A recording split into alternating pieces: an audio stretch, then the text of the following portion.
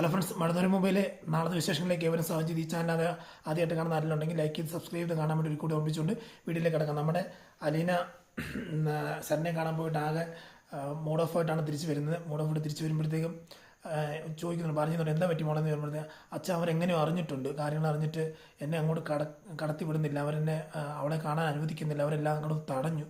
പിന്നെ ലാസ്റ്റ് അവൾ വന്നിട്ട് എന്നോട് പറഞ്ഞു, ചേച്ചി ദയവ് ചെയ്ത് ബുക്കോ എന്ന് പറഞ്ഞു. പക്ഷെ അവളുടെ അവസ്ഥ ദാരുണമാണ്. അവളെ ആരൊക്കെ പീഡിപ്പിക്കുന്നുണ്ട്, അവളെ പീഡിപ്പിക്കുന്ന മീൻസ് ആരൊക്കെ ഉപദ്രവിച്ചിട്ട് പീഡിപ്പിക്കുന്നുണ്ട്.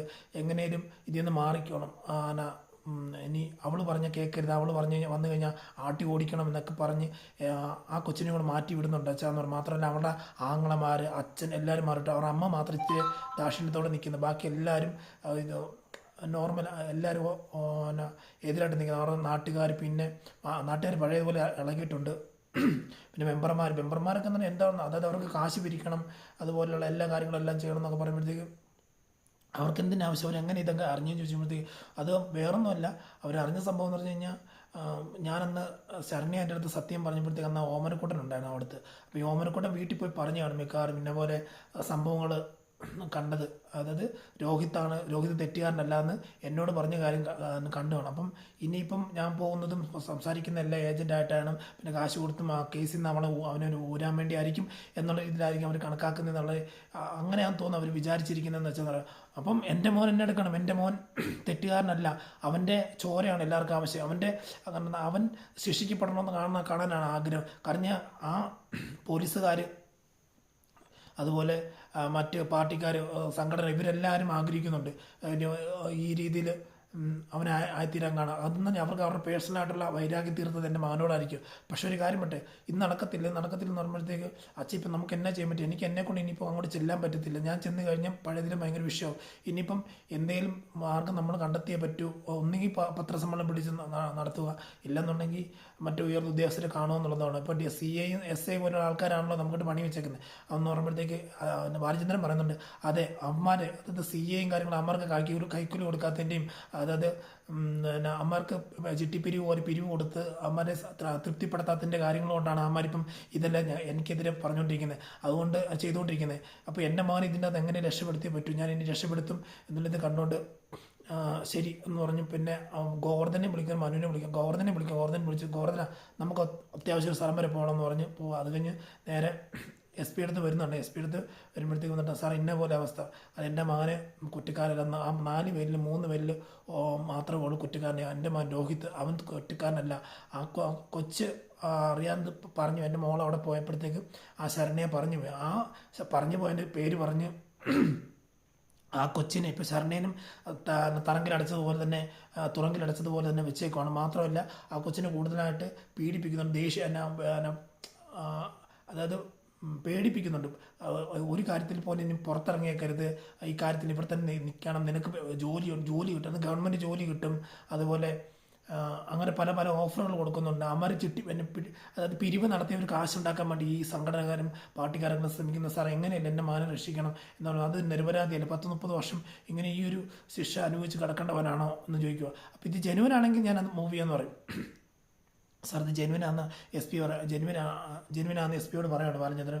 അപ്പോൾ ശരി, ഞാൻ എന്തെങ്കിലും നോക്കാമെന്നുള്ള ഇത് പറഞ്ഞു കഴിയുമ്പോഴത്തേക്ക്, സാർ എങ്ങനെ നോക്കിയാൽ മാത്രം പോരെ, എങ്ങനെ അവനെ രക്ഷപ്പെടുത്തണം, കാരണം ഇത് സത്യസന്ധമായിട്ടുള്ള കാര്യങ്ങളാണ്, ആ പെണ്ണിൻ്റെ വായിൽ തന്നെ കേട്ടാൽ ഞങ്ങൾ, അതുകൊണ്ട് എന്തെങ്കിലും ചെയ്തേ പറ്റുള്ളൂ എന്ന് പറയുമ്പോഴത്തേക്ക്, ചെയ്യണോ ബാലചന്ദ്രനോ, കാരണം തൻ്റെ മോൻ നിരപരാധിയാണെന്നുണ്ടെങ്കിൽ അതിൻ്റെ അകത്ത് യാതൊരു രീതിയിലും ഒരുത്തിനും അതൊന്നും ചെയ്യാനില്ല. ബാക്കി ആരാ ആ കൊച്ചിനെ അവിടെ പേടിപ്പിക്കുന്നത്, ഞാൻ നോക്കട്ടെ ഒന്ന്, ഞാൻ ബാക്കിയുള്ളവരെ വിളിച്ചോളാം എന്ന് പറയുമ്പോഴത്തേക്ക് അടുത്ത് അവർ പോയി കഴിയുമ്പോഴത്തെ ഒരു പോലീസുകാരനെ വിളിച്ചിട്ട് പറയും, ഇന്ന പോലെ ആ പാർട്ടിക്കാരും വീട്ടുകാരും സംഘടന ആൾക്കാരും എല്ലാവരും വരാൻ പറയും.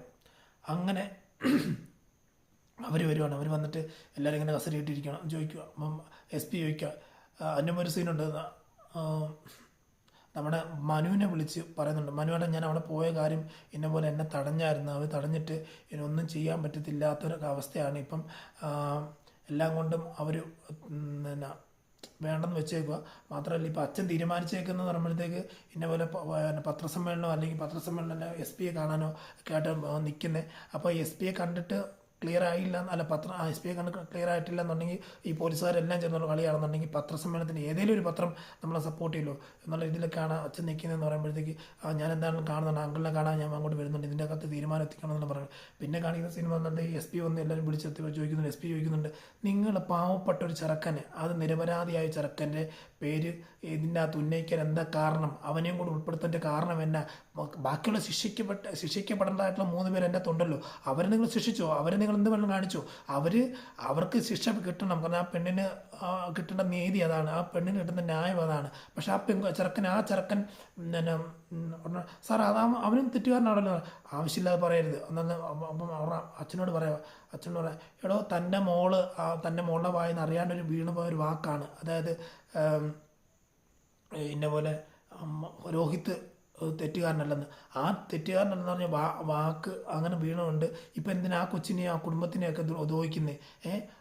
ആ തെറ്റുകാരനല്ലെന്ന് പറഞ്ഞാൽ അവനെ അവിടുന്ന് വിടുതൽ കൊടുക്കണം, അവനെ അവിടുന്ന് മൊഴി മാറ്റി പറയിപ്പിക്കരുത്. കാരണം കറക്റ്റ് മൊഴി എന്താണ്, സത്യസത്യതമായിട്ട്, അതായത് വക്കീല്, ഡോക്ടർ, വീട്ടുകാർ, പാർട്ടിക്കാർ, ആരൊക്കെ എതിരെ നിന്ന് പറഞ്ഞാലും അവളുടെ മൊഴി കറക്റ്റായിട്ടിരിക്കണം. ഇല്ലയെന്നുണ്ടെങ്കിൽ ഞാൻ പല രീതിയിൽ മൂവ് ചെയ്ത് ഈ കേസ് ഇല്ലാതാക്കും. പിന്നെ നിന്നെ മോളെ പിടിച്ച് അകത്താക്കും. മാത്രമല്ല ആ പെങ്കൊച്ചിനെ പീഡിപ്പിക്കാൻ വേണ്ടി ശ്രമിച്ചെന്ന് പറഞ്ഞാൽ നിങ്ങളെ സംഘടന ആൾക്കാരായിട്ട് ഇരിക്കുന്നില്ല, നിങ്ങളെയും പിന്നെ കുടുംബക്കാരെ നിങ്ങളെ അകത്താക്കും. മര്യാദയ്ക്കിരുന്ന് സത്യസത്യമായിട്ടുള്ള കാര്യം എന്ന് പറഞ്ഞാൽ എനിക്കിതിൻ്റെ അകത്ത് ഒരുത്തിനെ ഒളിപ്പിക്കാൻ, ഒരുത്തിനെ രക്ഷപ്പെടുത്താനൊന്നുമില്ല. പക്ഷേ രോഹിത് എന്ന് പറഞ്ഞ ചെറുക്കൻ കുറ്റവാളിയല്ലെന്ന് ഞാൻ കണ്ടിട്ടുണ്ട്. അതുകൊണ്ട് അതിനനുസരിച്ച് നിങ്ങൾ മൂവ് ചെയ്തേ പറ്റൂ, അതിനനുസരിച്ച് നിങ്ങൾ കാര്യം നടത്തിയേ പറ്റൂ. ഇതിൻ്റെ അകത്ത് യാതൊരു ദാക്ഷിണ്യമില്ല. കാരണം ഇതിൻ്റെ അകത്ത് കളിച്ചതായിട്ടുള്ള പോലീസുകാർക്കെതിരെ ഞാൻ നടപടി എടുക്കുന്നുണ്ട്. അതുപോലെ ഇതിൻ്റെ അകത്തിൻ്റെ ബക്കറ്റ് പിരിവും ബാക്കിയുള്ള പിരിവെല്ലാം നടത്തി അവർക്ക് ജോലി മേടിച്ചു കൊടുക്കാം, വീട് മേടിച്ചു കൊടുക്കാം എന്നുള്ള രീതിയിൽ ആവശ്യമില്ലാത്ത വാഗ്ദാനം കൊണ്ട് അവിടെ ചെന്ന് കഴിഞ്ഞാൽ, അതായത് നീ ഇങ്ങനെ കഴിയാൻ പറ്റത്തുള്ളൂ, ഇങ്ങനെ തന്നെ ജീവിക്കണം എന്നൊക്കെ പറഞ്ഞ് നിനക്കൊക്കെ എന്താ ആരെ അധികാരം തന്നേക്കുന്നത്? അതൊക്കെ ഒന്നുമില്ല. മര്യാദയ്ക്ക് ആ കാര്യത്തിൽ നിന്ന് എല്ലാം അവളെ മാറ്റി നിർത്തിയിട്ട് അവൾക്ക് ഫ്രീഡം കൊടുക്കണം, അവൾക്ക് അവളുടെ സ്പേസ് കൊടുത്തിട്ട് ഒരാൾ പോലും അവളെ ഭീഷണിപ്പെടുത്താൻ പാടില്ല.